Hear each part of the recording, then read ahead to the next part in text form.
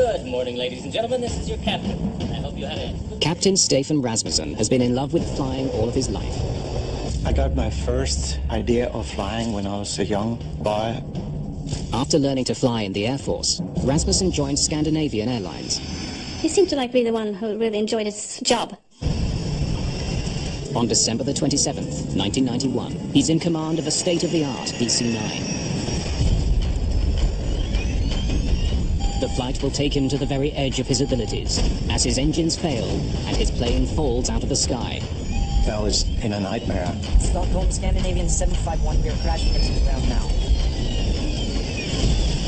What caused the most baffling accident in Sweden's history is nothing investigators could have imagined. What they finally uncover will strain Rasmussen's lifelong relationship with airplanes to the breaking point. I really felt that I didn't trust the aircraft. Mayday, Mayday.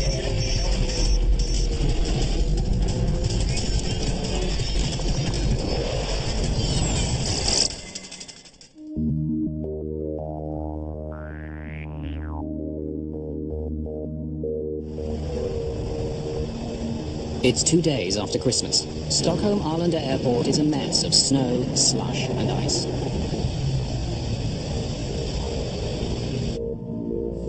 Passengers boarding a mid-morning Scandinavian Airlines flight to Copenhagen are finding the cabin very uncomfortable. It was really warm inside the plane when we entered because there had been heaters on during night. And I saw when the passengers embarked, they also wanted to take off jackets and shoes and because it was like a sauna.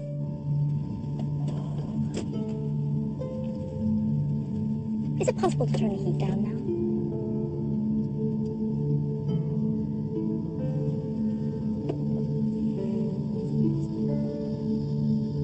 34-year-old Ulf Sedermark has been with the airline for 4 years. He's the first officer on today's flight. It was a light snowfall. Temperature was just below freezing and light winds. We were going to fly Stockholm to Copenhagen and then to Warsaw, back to Copenhagen and down to Barcelona that day. It would be quite a long working day. Stefan Rasmussen has just finished an exterior check of the plane. The Danish pilot is in command this morning. In those over 12, almost 13,000 hours I've been sitting in the aircraft, I always felt that I put the aircraft and back on like a rucksack. And when we took lift on the wings, we melted together. The plane Rasmussen is strapping on today is a nearly new DC-9, easily identifiable by its 2 rear engines. By now, everyone should know that door stays open. Right. Even in the days before terrorist threats, flying with the cockpit door open is unusual. It's just one way Rasmussen has endeared himself to the crews and passengers he flies with. I always had my cabin door open because I found out that if we had the door open and they could see that there were a human being in there, they'd trust you. For me, it felt good that the door was open. It just feels like you have a connection more than if the door is closed. The winter weather has delayed this flight, but Rasmussen won't compromise safety for schedule. Where are we now? Look at the icing. The wings aren't quite done. They've done the underside. Now they're doing the top. Thank you. Under Captain Rasmussen's instructions, the ground crew had already de-iced the plane once. Now they're giving it another pass. And it took a while, but they had trouble getting rid of the snow on top of the wing.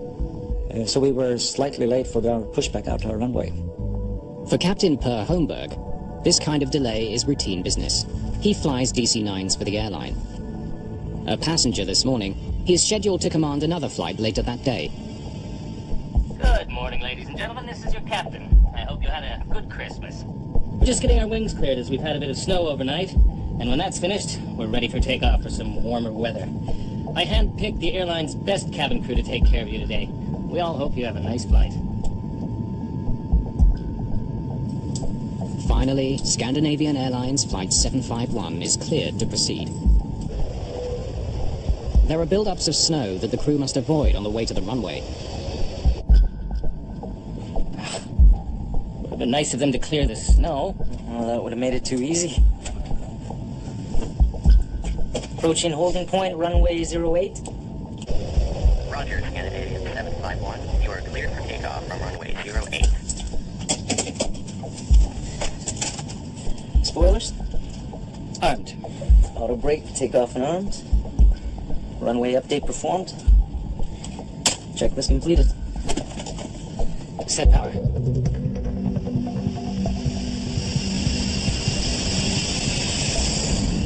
Despite the winter conditions, the takeoff is routine. V1, rotate.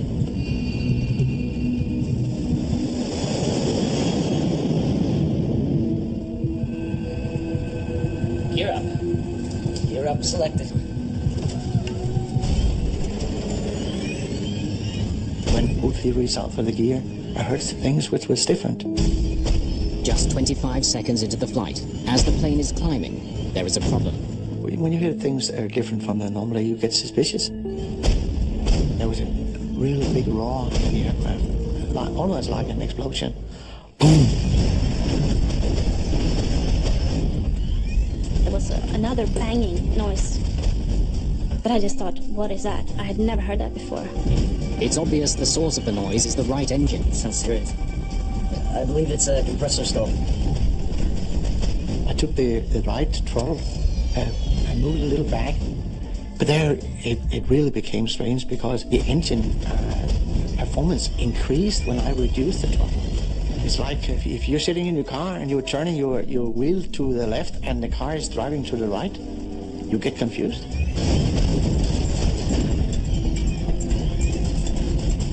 We're not supposed to call into cockpit now. And then I thought, this is an emergency. I have to call the captain. But Captain Rasmussen doesn't respond to the call. He's too busy trying to figure out what's going wrong with his plane. I couldn't see anything on the instrument. They were quite stable and a quite normal range. No problem. But I could hear those roaring every second. He searches for telltale signs of attack or structural failure. And I looked up at the cabin pressure, because if you have a bomb or a freight door or anything which is ripped off, that'll give a decompression. In the cabin, pressure levels are stable. But the crew has other concerns. I saw the smoke and it smelled burnt. What should we do about this? Just 3,200 feet above the ground, the emergency escalates. The right engine quits. When we have flown a little over 1 minute, the right engine just went down. I had a very, very short moment of thinking that I was in a nightmare and just dreaming. I was confused. I was really confused. 2 seconds later, the left engine also quits. The plane is now powerless. One engine drop and then another engine drop. I thought that it wasn't true. It wasn't true. It wasn't real. Less than a minute and a half after takeoff, the DC-9 begins falling from the sky. And after that, it was complete silence. And I think that was the worst moment for me. Just being in the air, and it's so quiet. It was like a bird just sailing through the sky. So then I started to get scared.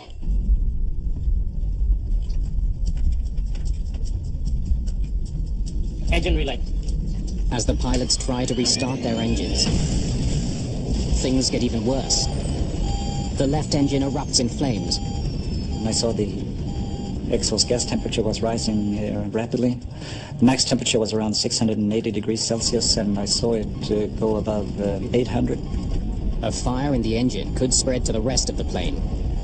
Should I pull? If Sedermark pulls the fire extinguisher in the left engine, he will never be able to restart it. He pulls the handle to put out the fire. From his seat, Captain Per Holmberg can see that the crew is in trouble.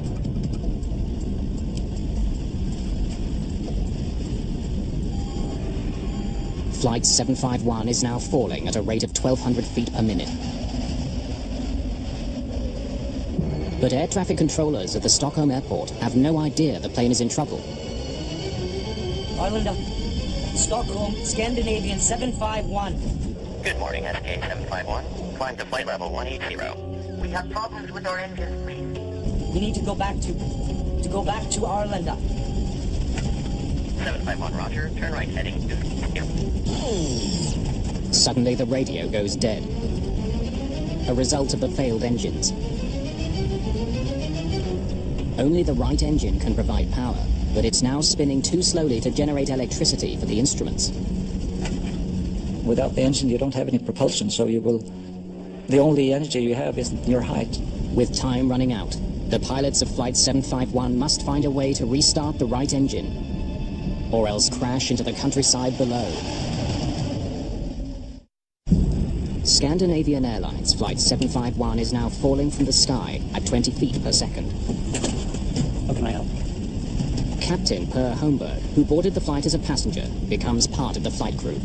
He came out in the cockpit and he said, is there anything I can help you with? I don't think I even said yes. I just said, start the APU. If the auxiliary power unit can be launched, it will bring back the radio and instruments. So I just handed him the emergency checklist and started focus on controlling the flight to see that we were maintaining the speed and the attitude and that we were wings level.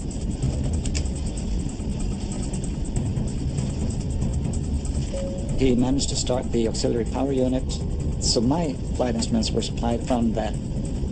But for some reason, Captain Rasmussen's instruments don't come back online.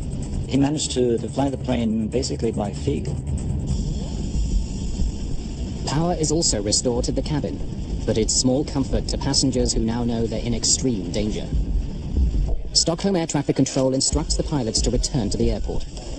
Scandinavian 751, are you able to turn right heading 090, radar vectoring for 0-1?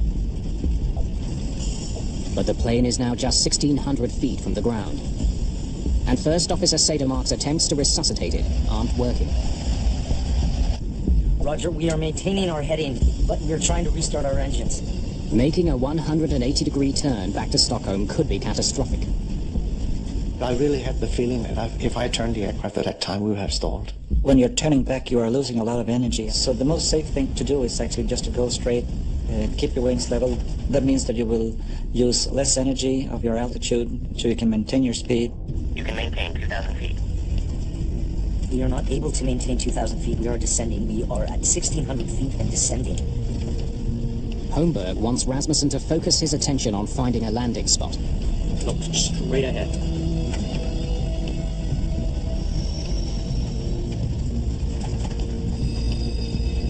Look straight ahead. He was screaming at Stefan, just look straight ahead and watch the flight path. Prepare for on-ground emergency. On-ground emergency! Bend down! Bend down! Bend down! So we shouted bend down, I don't know how many times. Bend down, bend down, bend down. Keep your seatbelts fastened. While passengers brace, Rasmussen considers where to land his plane. Look straight ahead.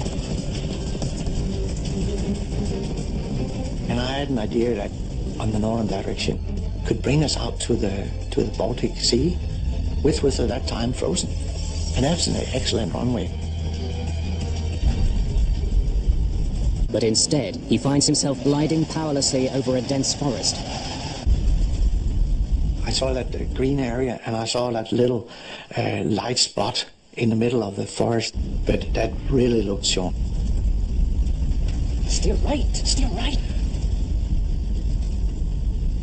Just 500 feet above the ground, Captain Rasmussen lifts the plane's nose to slow it down, hoping to soften the crash landing. Pine trees from the top there look very soft. I could use the trees as almost like a pillow. Should I lower the landing gear? Yes, gear down. Bend down and hold your knees. I prepared myself for a hard impact. If it's an emergency landing, we have no engines. I just thought this is going to be a hard landing. Stockholm Scandinavian 751, you're crashing into the ground now. I wasn't afraid until we were flying into the trees. Then I was scared, and I knew we were not going to make it. I didn't thought I should die. I knew I should die. I made me pray to God.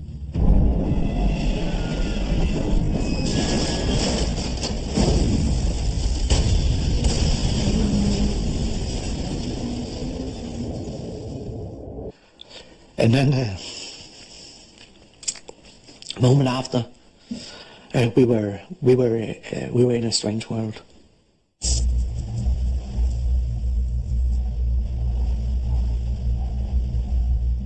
After we have come to a complete stop, I feel the smell of airplane fuel. I thought, okay, we're gonna explode. And I look around and I see the snow because there was a big crack in the airplane fuselage just in front of the aft galley. And you could just walk down on the ground.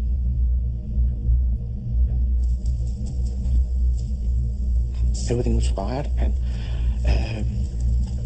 I woke up. It might only have been a split second or so. I was afraid that my spine was broken, that I wouldn't be able to walk again. So I remember I was sitting there and I was moving my toes and my feet just to see if I could have control over them. I had a pain in my hand because I had broken a bone in my hand, and I was bleeding heavily from my forehead, so I was trying to get clear of all the blood that was coming down in my eyes. And Stefan told me that we had to get out of the aircraft. After ploughing through 125 meters of pine forest, the pilot's fear is now that the broken aircraft could catch fire. Dozens of passengers escape through the breaks in the fuselage walls. But Captain Per Holmberg has been knocked unconscious by the crash. It all went so fast that no one could take in what happened. So I tried to stay with the group of passengers I had there. But I just knew the feeling also that we had to wait a long time for the rescue teams. I'll be here soon. Fortunately, no fire materializes. But because they removed their winter clothing while boarding the sweltering plane, many passengers are starting to freeze. Most people were just standing in their shirts, t-shirts, very, very little clothes. Few didn't even have shoes on. They are now at risk from hypothermia. So I focused on being caring. Maybe I did it for my own sake also. I needed a hug also. It was comforting to comfort someone else.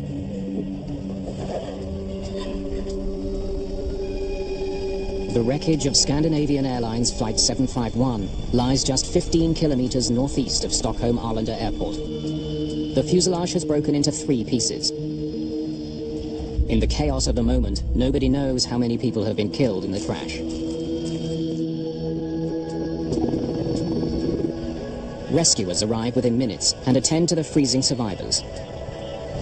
They pull Captain Per Holmberg from the cabin, unconscious.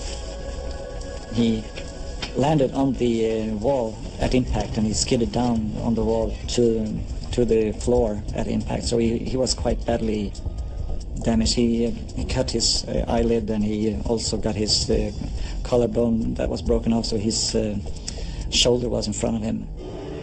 92 of the passengers have sustained injuries. Only 8 are considered serious.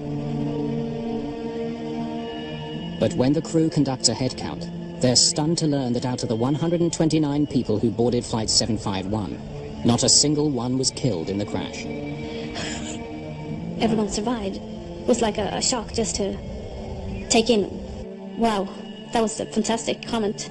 Just I was the happiest captain in the world. We were all alive.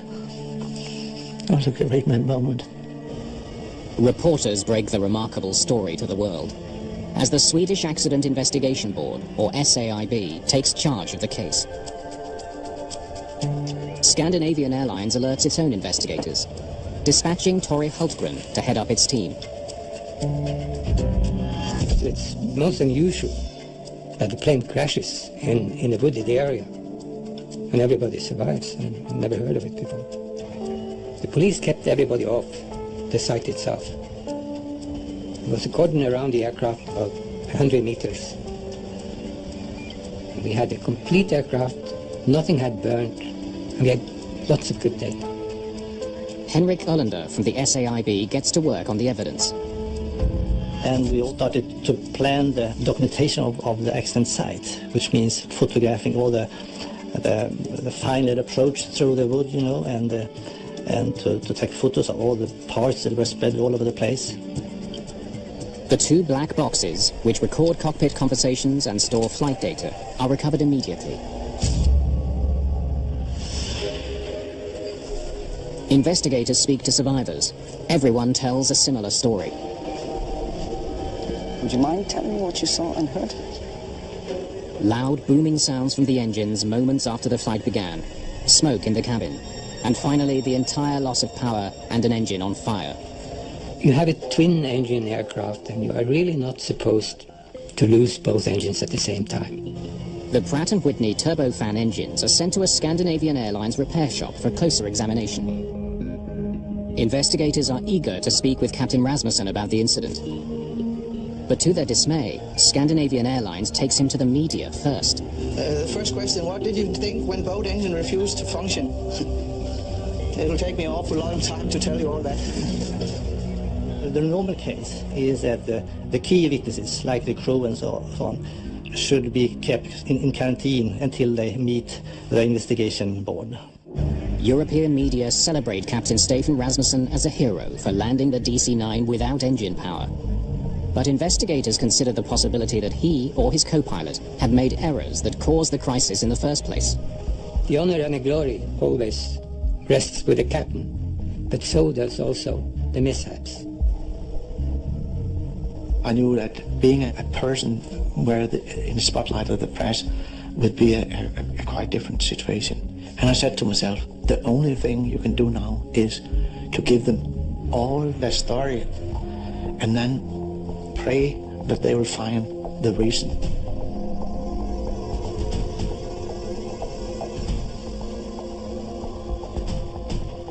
Lars Lindberg is an investigative representative for the Swedish Airlines Pilot Association. He examines the wreckage for signs of mechanical or structural failure. We knew both engines had failed for some reason, so we was concerned what was the background for something like that to happen. The first time I saw the engines in the workshop, I was surprised. Is this all they found? There was a number of parts that were completely missing, and this was something we hadn't seen before to this extent. To find out what happened, investigators must find the missing pieces, which now lie somewhere in snow-covered fields and forests. A close study of Scandinavian Airlines Flight 751's engines reveals exactly which pieces are missing. Part of this aircraft was shedding parts from both engines. And then what you do is you go further in and you document everything and you try to find the root cause and see how it all comes together. The missing pieces could hold the key to discovering why both of the plane's engines quit within seconds of each other. But they could be anywhere along the 15-kilometer route the aircraft covered during its short flight. They must be found. Investigators use the flight data recorder to map the plane's journey and determine where engine parts may have fallen. After scouring the snow-covered fields along the plane's path, the recovery team finds 500 fragments. Just a fraction of what's missing. Many are very badly damaged. Some of the titanium blades actually seem to have been on fire. You had this titanium fire inside both engines, both the right and the left engine. And this titanium fire is a very unique occurrence. It's requiring very, very high pressure and very high temperature for a titanium blade to catch fire. Investigators dig deeper into the cause of the engine trouble. The left engine's fuel line is badly dented. It was obviously hit by a fast-moving piece of metal inside the engine. The impact caused it to rupture. This part got dislodged, it went out and hit the fuel line. And that fuel line cracked, sprayed fuel onto the hot engine. The engine was clearly coming apart during the flight. That sounds serious. The discovery explains the fire in the left engine and why so many pieces of it were found so far from the crash site. But investigators are left wondering why the engines broke up in the first place. A major clue comes from passenger and crew testimonies, which told of repeated booming noises before the left engine caught fire. The cockpit voice recorder picked up these sounds. So you can hear that, and we could correlate that with when the damage occurred. You can see that on the flight data recorder. The sounds are familiar to investigators and leave no doubt. The DC-9's engines began surging shortly after takeoff. Jet engines rely on a steady stream of air for combustion. A series of fans move incoming air through various stages of compression. But when that flow is disrupted, fuel at the rear of the engines ignites violently and shoots forward. That's a surge. You can have a small surge and you can have a large surge. You can have the complete surge on the whole engine. So serious. This surge process was very violent, so after a very short time, we had an aircraft with 2 engines that could not be restarted, that didn't generate any thrust. Basically, you had a giant glider at that point.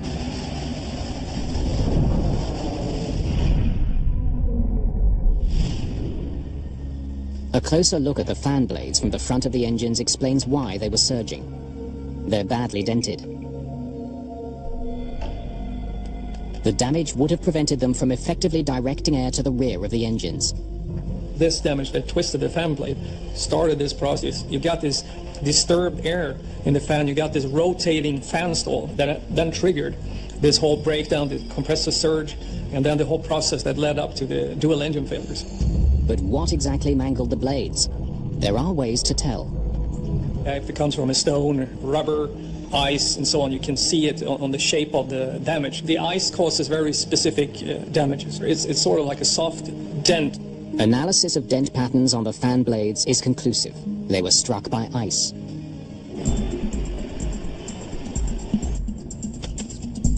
Now investigators want to find out where the ice could have come from. Weather data for the 24 hours leading up to the crash. They know Stockholm had been hit with rain and snow in the hours before Flight 751 took off. It was a situation with the temperature around 0 degrees. It was a drizzle, snow, rain in the morning. They learned that the DC-9 arrived from Zurich the night before, with the fuel tanks more than half full. They had quite a large amount of reserve fuel, or diversion fuel, in their wings. The fuel in the wing tanks were close to minus 20 degrees Celsius. The conditions that night were ideal for the formation of clear ice on the wing surface. And here you had very, very cold fuel on the top wing skin.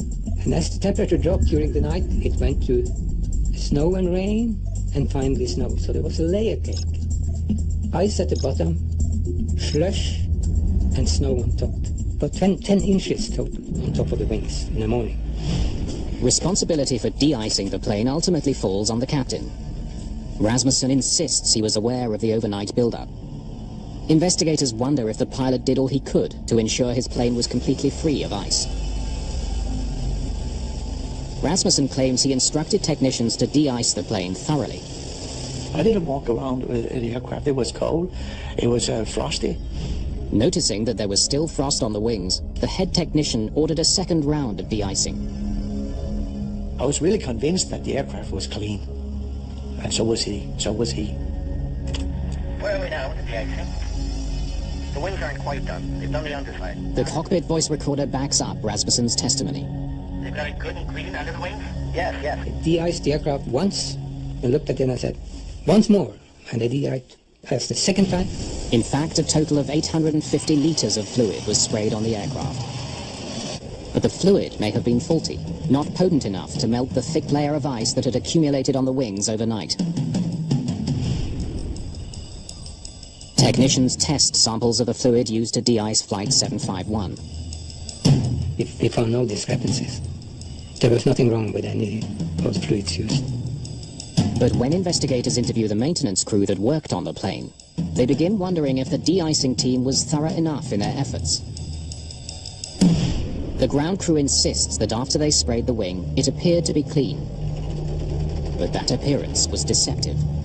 It looked perfect, because the clear ice on top of the fuel tanks, you cannot see the clear ice. A technician inspected the front of the wing and found no ice. He couldn't have known that there was ice further back, out of his reach.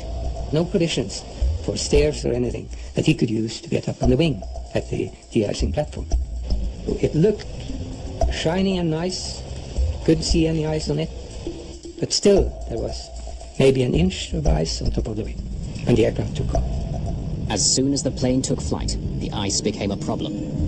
On this aircraft, the engines are positioned behind the wings, and as the aircraft rotated and the wings bent in order to take the weight of the aircraft, this ice in the wing roots loosened, and it sucked right into the engine. The ice damaged the fan blades at the front of the engines and ultimately caused them to begin surging. Nobody really expected this would happen, or could happen, but it did. When ice breaks off the wings during flight, it doesn't pose a problem for most aircraft. But the placement of a DC-9's engines leaves them more susceptible to being struck. The Pratt & Whitney engines on Flight 751 were designed to withstand this type of ice ingestion. Something else must explain the disaster. Investigators know that the wrong reaction by a pilot can make surges worse. They comb through the flight data to see what these pilots did when the emergency struck. The first thing you do when you have a surge, if you recognize it as a surge, is that you reduce power. Captain Rasmussen claims he did just that. Of course, you just pull the throttle back, and then you have the balance between the incoming fuel and incoming air. And that was actually what I did. But the flight data recorder tells a different story. Why is the engine power increasing? It clearly shows that in the moments after the surge, thrust was reduced, but then seconds later was increased to beyond full power. Yeah, it didn't add up because the RPM was increasing to 110%, and the throttle position was moving. It shouldn't be. The only thing that could move the throttles into amp was the pilot's hand. But if Rasmussen didn't push the throttles forward, something else did. It would explain the captain's confusion as his engines began to surge. As a pilot, when you've gone through the training, you've done all your emergency training, you've been through the simulator, and now you have a system that's doing something that you don't expect, it's very confusing.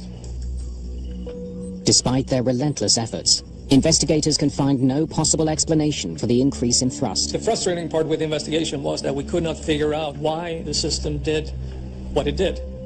Then, almost 2 months after the accident, the plane's manufacturer provides the answer.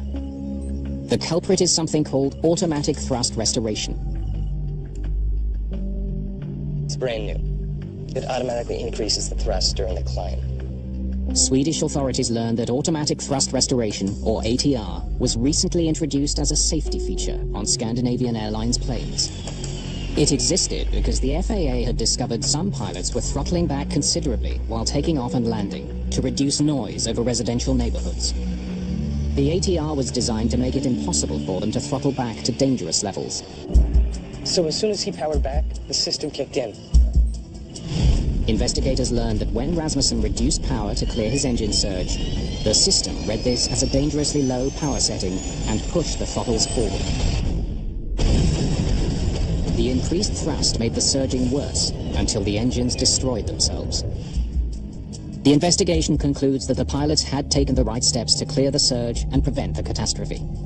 But the computer code which governs the ATR undermined their efforts. A strip of zeros and ones caused the throttles to move and caused the engines that were stalling because they already got too much fuel, got even more fuel. And they went into self-destruct, those engines. In a few seconds, they were both totally destroyed.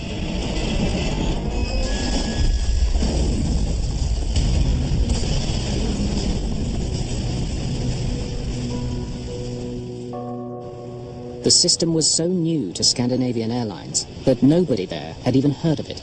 And it was confusing for everyone because we didn't know about the system, we didn't have information on the system. SAS didn't know the system existed on their aircraft. We hadn't bought that modification.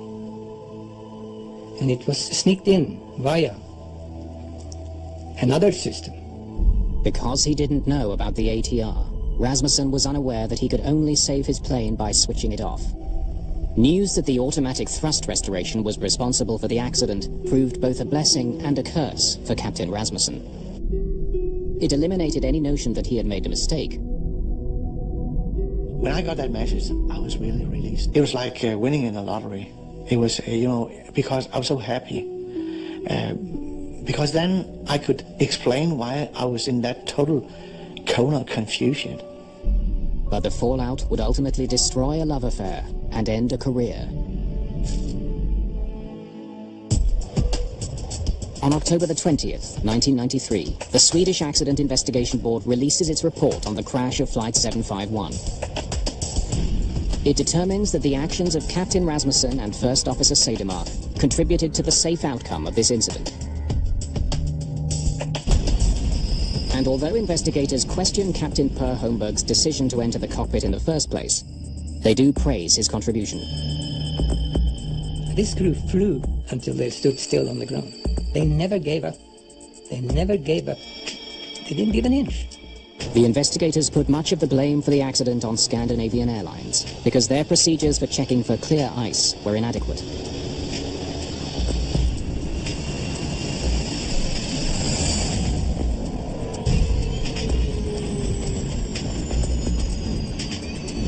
I believe it's a compressor stall. The report also condemns the fact that the pilots didn't know about the automatic thrust restoration and how it would act in a surge situation. If the ATR system hadn't been there, if the trolleys hadn't moved forward, there wouldn't have been an accident. It was a bit strange that we didn't have all the documentation available to us, so we knew what we could expect if something like this would happen.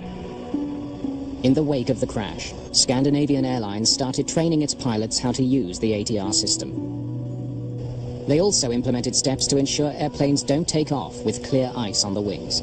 We changed all the procedures. We provided stairs for the mechanic, and he made it a requirement to go up on top of the wing and touch it with your hand to verify after de-icing. After healing from his injuries, First Officer Ulf Sedermark returned to the cockpit.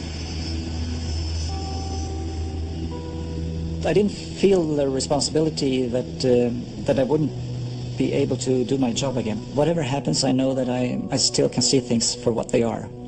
And I still love doing my job, and if something bad happens, I can deal with it. But Stefan Rasmussen's return proved far more difficult. Set power? After I'd heard from a high-skilled psychologist, we talked about getting in the air again. He knew that would be a hard decision to take. Gear up.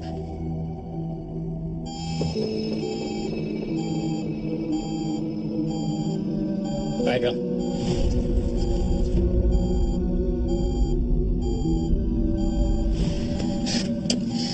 After time in the simulator, Rasmussen couldn't regain confidence in his plane. Sorry, guys. In a disaster situation, in a crisis, is that you have optimized the teamwork between man and machine. I really felt that I didn't trust the aircraft. Pilots tend to take the responsibility for all that went wrong. Too much of the glory and also too much of the responsibility. With the right counseling, about 90% of pilots involved in an accident are able to continue flying. Even though Captain Rasmussen received treatment, his career ended with the crash of Flight 751. Taking that decision to leave aviation as pilot was like having your highest love and comes to that conclusion that you have to kill her. I had many hours, many missions of happiness in an aircraft. And I loved my passengers, I loved my aircraft so much, so I said, that's it.